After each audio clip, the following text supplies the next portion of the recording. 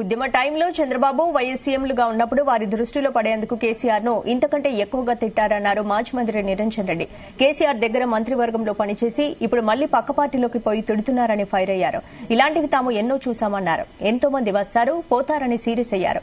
అమావాస్య తర్వాత పౌర్ణమి వస్తుంది, అన్ని అమావాస్యలు మావి కావు, అన్ని పౌర్ణమిలు మీవి కావి అంటూ సెటైర్ చేశారు నిరంజన్ రెడ్డి. రాష్ట్ర వ్యవసాయ శాఖ మంత్రిగా గొప్ప పేరు తెచ్చుకోండి.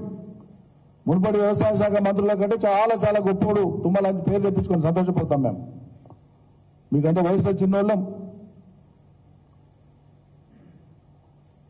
తప్పకుండా అభినందిస్తాం.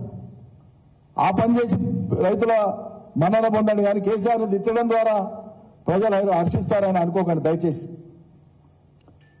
ఎందుకంటే మీకు తెలుసు, నేను గుర్తు చేస్తున్నా, గతంలో కూడా బాబు గారు ముఖ్యమంత్రి ఉన్నప్పుడు, వైఎస్ ముఖ్యమంత్రి ఉన్నప్పుడు, ఉమ్మడి ఆంధ్రప్రదేశ్ ప్రభుత్వం ఉన్నప్పుడు ప్రభుత్వ అధినేతల్ని ప్రసన్నం చేసుకోనికే, వాళ్ళ దృష్టిలో మంచి అనిపించుకోనికే ఆయన ఉద్యమం నడిచే రోజులలో కూడా కేసీఆర్ మీద ఇంతకంటే 100 రెట్లు దుర్మార్గంగా మాట్లాడిన వాళ్ళు ఉన్నారు.